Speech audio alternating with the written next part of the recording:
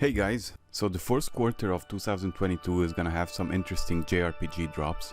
JRPGs being my favorite genre, I decided to make a compilation of what I think are some of the best JRPGs coming out in the fourth quarter of 2022. So I hope you guys enjoyed the video, and if you do, like and subscribe, and see you later.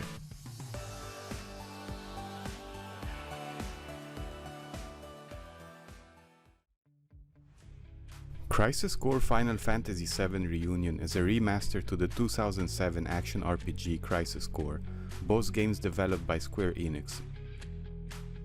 While the original 2007 version was only available for PSP, the remake will be releasing for all consoles this year. The game has the same story of the original, taking place 7 years before the start of Final Fantasy VII. It follows Zack Fair, a member of the Shinra Corporation elite soldier squad who is given the mission to find Genesis Rhapsodus, another member of the Shinra Corporation who is thought to be planning a rebellion. The original was an action role-playing game in which the player moves between open areas, allowing him to talk with non-player characters, interact with the environment, and engage monsters in battle. It used a real-time combat system in which the player could move Zack around during fights, initiate attacks or special abilities, and block or dodge attacks. The game also included a slot machine-like mechanic to affect the combat system, allowing Zack to perform limit break attacks that can greatly harm an enemy or significantly heal Zack. The remake will feature multiple improvements from the original. The graphics have been converted to HD, and all the 3D models, including characters, creatures, and objects, have been redesigned to match their Final Fantasy VII Remake counterparts. The dialogue will be fully voice acted, and there's gonna be a new arrangement for the soundtrack. Crisis Core Final Fantasy VII Reunion will be releasing for PS5, PS4, Xbox S and X, Xbox One, PC, and Nintendo Switch this winter.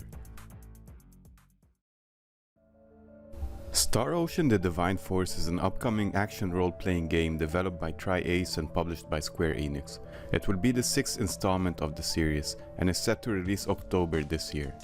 The events of the game are set 46 years after the prequel Star Ocean: Integrity and Faithlessness, and will follow Raymond, the captain of a merchant spaceship that is on the run from the Pan-Galactic Federation. Raymond is forced to abandon ship along with crewmate Chloe, but ends up crash landing on a primitive planet ruled by the Crown Princess Letitia. Letitia's kingdom is being attacked by an invading empire, so she asks for Raymond's help, and in exchange she will help Raymond find his missing crewmate Chloe. The game features a dual protagonist system, allowing the player to experience the story from Raymond's point of view as well as Letitia's point of view. Players will be able to explore a fully 3D open-world environment like in other installments of the series, but this time with the added ability to take flight, adding an element of verticality to the game. Players can now reach mountain tops, or glide down from cliffs, or even jump between rooftops, adding to the sense of freedom. The transition from the field into battle is seamless. 4 characters can participate in battle at any time, from a total of 6 playable characters, where each character has a unique set of attacks and abilities. Players will spend action points to perform moves in combat and chain them into combos.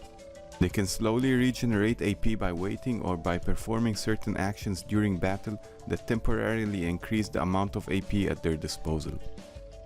With this entry, the series seems to be taking steps in the right direction by adding more exploration and more fast-paced, action-oriented combat. The game is coming October the 27th to PC, PS4, PS5, Xbox One, Xbox S and X. Soul Hackers 2 is an upcoming role-playing game developed and published by Atlus. It's part of the larger Shin Megami Tensei franchise, set in a dystopian cyberpunk future where human beings are consumed by capitalism, a future that is dominated by secret societies and demon summoners that are able to harness the powers of demons. A super AI that goes by the name of Aeon has calculated that a world-ending disaster is imminent. In order to avoid the predicted catastrophe, Aeon creates 2 agents, Ringo and Figure, who will join forces with a cast of demon summoners, and together they will try to avoid the end of the world. The game uses a turn-based system taking inspiration from Persona. Battles will involve a party of 4 characters that can either use physical attacks or summon demons to perform elemental attacks. The player will try to exploit an enemy's weakness to either magic or physical attacks, and if successful they will unlock special moves that deal large amounts of damage to enemies, similar to the all-out attacks seen in Persona series. Another aspect that takes inspiration from the Persona games is the social simulation aspect of the game that allows players to roam around the main city when outside of combat, visiting shops to buy items or spend time with party members to strengthen the bond with them and discover more about their stories or unlock new abilities that can be used in combat. Looks like an interesting title to keep an eye out, especially for fans of the Shin Megami Tensei series or the Persona series.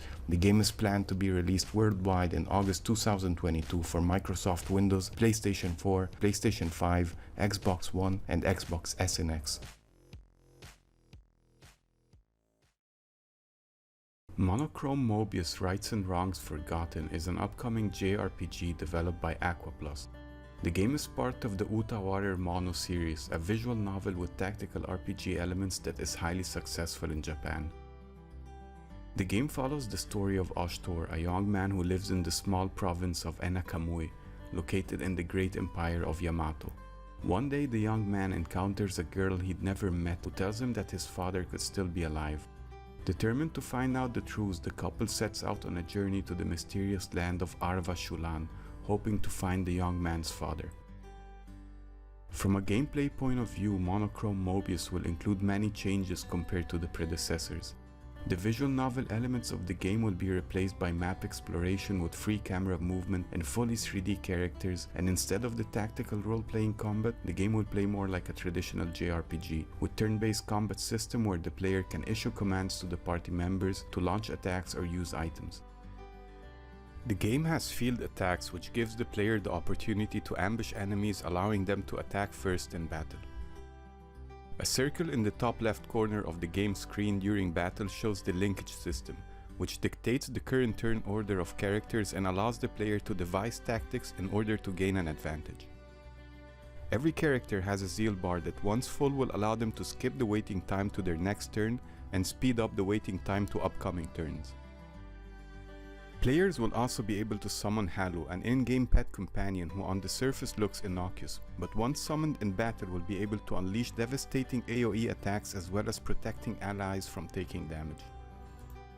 Aquaplus, the developer of the game, also decided to drop the series name Water Mono from the title and apply changes to the character design to make the game more distinguishable to the main visual novel trilogy. The game is scheduled for release on September the 8th, 2022 for the PlayStation 4 and PlayStation 5 only in Japan and worldwide for Microsoft Windows. Valkyrie Elysium is the 5th installment of the Valkyrie series, a series of JRPGs loosely based on Norse mythology, published by Square Enix that goes all the way back to the late 90s and the PlayStation 1 era. The new installment Valkyrie Elysium, developed by the game studio Soleil, is set to release in 2022 for the PlayStation and PC.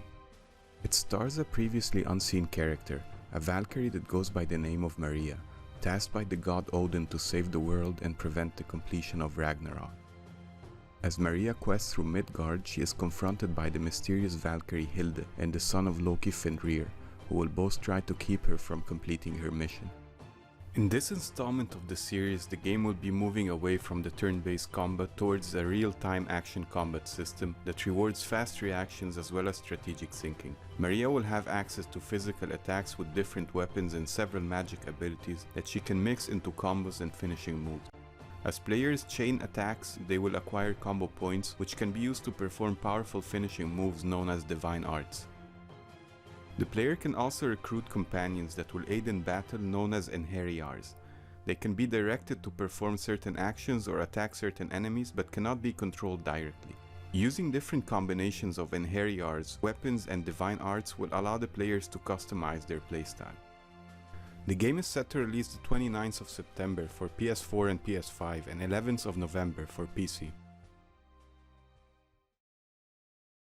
One Piece Odyssey is an upcoming turn-based JRPG developed by Ilka Incorporated, published by Bandai Namco. During their voyage, the Straw Hat crew encounter a huge storm at sea and end up shipwrecked and separated from each other on a mysterious tropical island. Trying to set sail once again, the crew meet powerful enemies and make strange encounters with island locals. The game will be full of dungeons, ruins, and open fields the player can explore with several characters from the anime. The playable characters will be Luffy, Zoro, Nami, Usopp, Sanji, Chopper, Frankie, and Brook. Each character will have their own special ability they can use out of combat to traverse the environment, like Luffy's ability to stretch his arms and reach a ledge that would normally be too far away, or Zoro's ability to cut obstacles that are blocking the path. Fights can be started by coming into contact with enemies that are roaming around the world, or avoided by avoiding contact with them. The game combat system is based on classic turn-based combat battles, where each character will have unique combat abilities. The battles will use a system called Scramble Area Battles that makes it so that optimizing the position of your characters on the battlefield will counter certain opponents' abilities or better take advantage of the crew's special skills.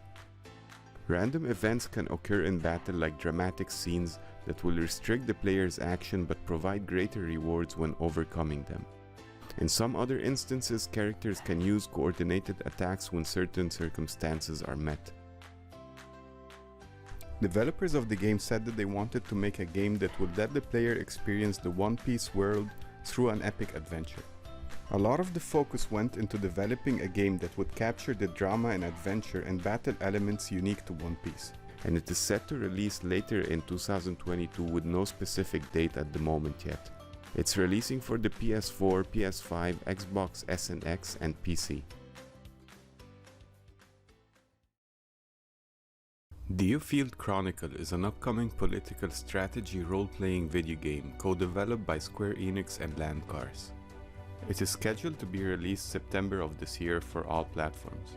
The game takes place on a continent torn by war, where the ever-expanding Trovelt Empire has turned its attention to the kingdom of Alatane with the intention of invading it. The storyline follows the elite mercenary group called the Blue Foxes, who are hired by the Alatane Kingdom to defend the land from the approaching menace of the Empire army. The game plays as a turn-based strategy RPG where the player maneuvers the 4 members of the Blue Foxes across a map to gain tactical advantage over an opposing party. The player will be able to give commands on abilities to use and enemies to attack. Combat is not tile-based, but instead allows for more free directional movement and will feature real-time strategy elements. 4 members of the Blue Foxes group are Andreas Roderson, a hybrid tank with magical powers, Frederick Lester, a knight who fights on horseback, Iskarian Colchester, an archer who specializes in long-range physical attacks, and Walta Queen Redditch, a mage who excels at AoE magical attacks. In between battle missions, the player can explore his base in third-person view mode, visit vendors to upgrade or buy new gear for his squad, or talk to NPC characters to learn more about their stories. That is in addition to being able to use a world map to decide the location of his next mission. The game is coming out September the 22nd, 2022 for PC, Switch, PS4 and PS5, as well as Xbox One, Xbox S and X. Harvestella is a crossover between a farming simulation and a JRPG developed and published by Square Enix, coming the 4th of November this year. The game takes place in a world where 4 giant magical crystals govern the 4 seasons, giving their blessing to all life forms. One day the crystals start behaving abnormally and give birth to a new season, the Season of Death, also known in-game as the Quietus. The Quietus starts occurring between every season and poses a threat to all life forms, causing crops to wither and scattering deadly dust, preventing people from leaving their homes or walking outside. The player takes role of a traveler who, along with his companion Arya, will set out on a mission to find out more about what's causing the Quietus and to stop it from happening. The gameplay is based around traveling to various settlements and building a base in each settlement to become self-sufficient by planning farming and crafting and cooking. Other than the farming simulation, the game has traditional JRPG exploration and combat.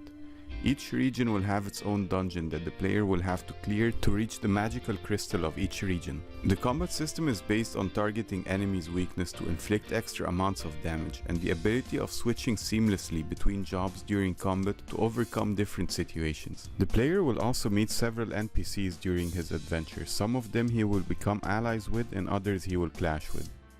Harvestella is coming November the 4th for PC and Switch. So yep, that was it, and if you think I forgot anything, you can feel free to comment, and I hope you guys enjoyed watching as much as I had fun making the video, and I'll see you next time.